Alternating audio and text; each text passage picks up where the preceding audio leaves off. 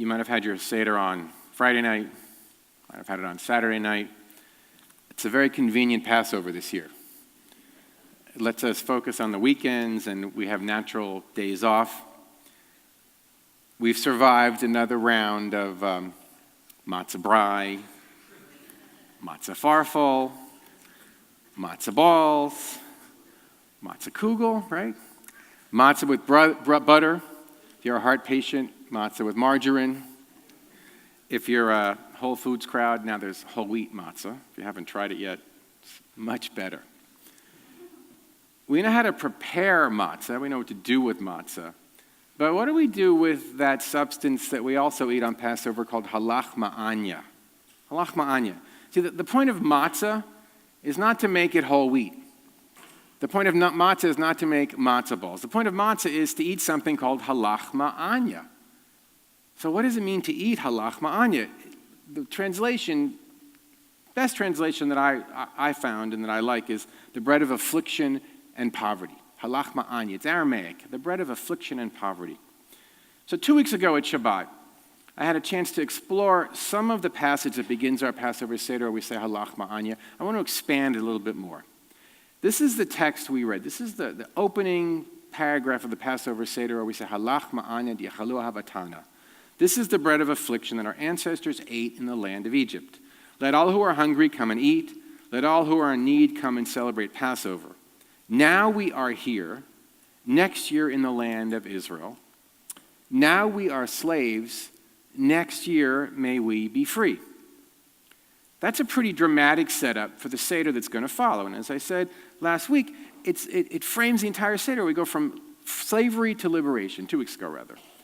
But what is interesting about this paragraph is it doesn't say, which it should say, once we were slaves, and now we're free. After all, we're sitting here having this Passover Seder. The present should be, now we are free. But what it says is, next year may we be free. Now we are slaves, next year may we be free. It's a strange twist of tense. So the purpose, it seems, of the Seder is not to remember the slavery, but to feel the slavery, to become slaves for that short amount of time. Because in order to move from slavery to redemption, from bondage to liberation, we have to feel it, even if just momentarily. And of course, all the foods we eat are designed to help us experience it. The bitter herbs, the charoset, the maror, all those things, the salt water. But why? Why was it important to our ancestors for us not to remember the past, remember slavery, but to be slaves at the beginning of the Passover Seder? Well, Rashi, who was one of the greatest Jewish scholars, Middle Ages in France, the 11th century, said, it's all about the yeast. Because the yeast puffs up the bread. The yeast makes the wine. The yeast mixes with barley and hops and wheat to make beer.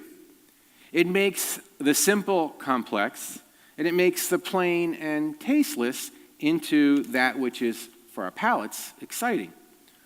And Rashi said the yeast symbolizes all the things that puff us up, that aggrandize us, all the trappings of affluence and comfort and security and luxury. That's the yeast, Rashi said. And what matzah does, halach ma'anya, I should say the bread of affliction, is it strips us down, gets rid of the yeast. It reminds us of our core simplicity. We are not the yeast that puffs us up. We're the simple flour that can become so many things, says Rashi. So hold on to that idea. And here comes another one.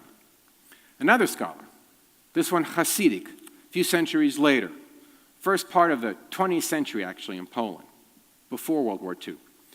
A scholar named Shmuel Bornstein, which in our vernacular would be Bernstein. He said that by eating matzah, we annul ourselves. And what does that mean, to annul oneself? He said, well, we negate our own identities, our own essence. How do we annul ourselves? Well, think about this. Have you ever lost your wallet? You know that split second when you're without your credit cards and your driver's license and your money and the things that you carry around every day? No Costco card, God forbid. So at that first instant, when you realized you had none of those things, and you felt not only that sense of incredible sort of just weakness, powerlessness, but you felt like you had nothing.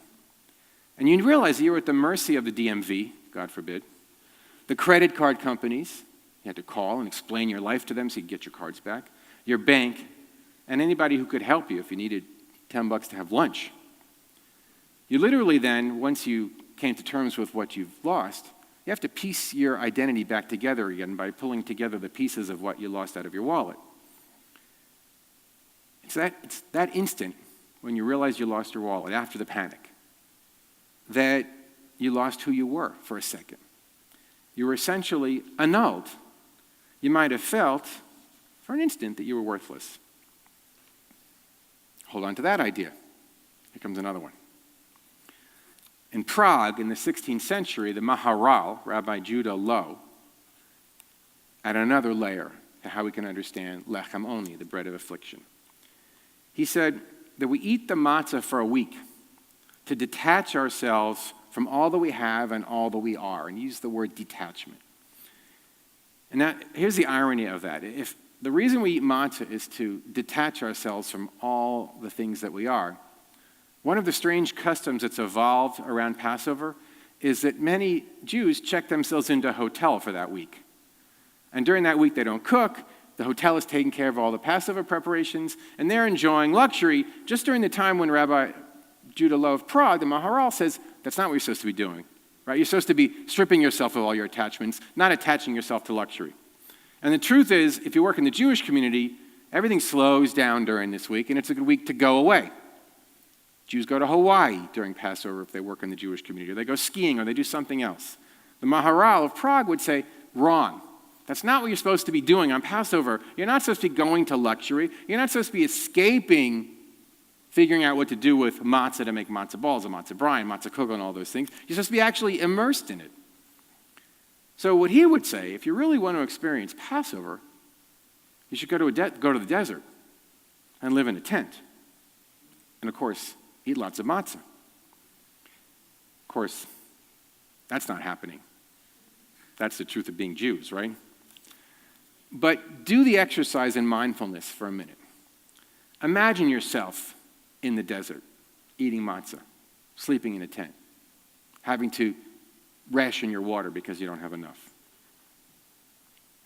Picture yourself a homeless, wandering soul. Picture yourself with no possessions and no obligations, and importantly, as the Maharal would say, no attachments. It's lonely, maybe a little bit terrifying. But the Maharal suggests that it's also potentially liberating. He suggests that the only way for redemption to come is for us to let go of all those vain pursuits that drive us from more and more and more and more and more. The things that put us into competition with others, the things that induce envy and spite and jealousy, all those things that drive us against each other. And you say, once we let go of that and go into the desert and the tent, then we experience purity and simplicity. And it's possible for us to develop a deeper sense of oneness with the world and with each other. And we can imagine what the world can yet become. And perhaps by doing that, we can move that world from what it is to what it can yet become. And redemption, as the Maharal understands it, is not the freedom to pursue personal ambitions. That's so much what we hear today. It's the freedom to succeed. It's not just that, he says. It's the freedom from my personal ambitions. It's the freedom from my vain attachments. Only when I get to that place, even if just for an instant while I'm reciting the passage at the Passover Seder or while I'm chomping on a piece of matzah, if I can get myself to a place where I can remove myself from those ambitions for just an instant, well, only then can I make the space my life to share the world with others and to allow others to move forward and not seeing it as a cost to me. So if we take all those ideas together now, those ideas you parked and the one I just finished with, then we ask ourselves, why do we eat matzah? Lechem oni, lachma anya. Because it's the rare opportunity during our lives when we have a chance to taste humility.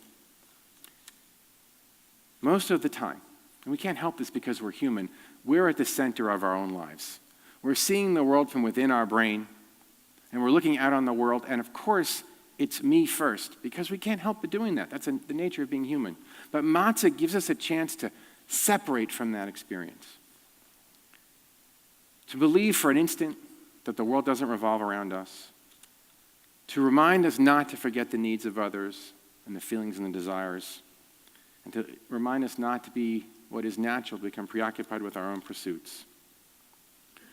A cynic might say, why bother? The world will never change. Why go through this exercise? People will never change. Why even do this? But I would say, cynics don't spend a week eating matzah. So here's the hope. That the taste of matzah that's still in our mouths, halach ma'anya, the bread of affliction, and poverty will stay with us and not dissipate like the last meal. But may it remind us now and again to practice humility. May it remind us, in the words of Pastor Rick Warren of Saddleback Church, humility is not thinking less of ourselves. Humility is thinking of ourselves less. And may we never give up on the hope that our own individual actions can bring this world closer to its promised redemption. Amen.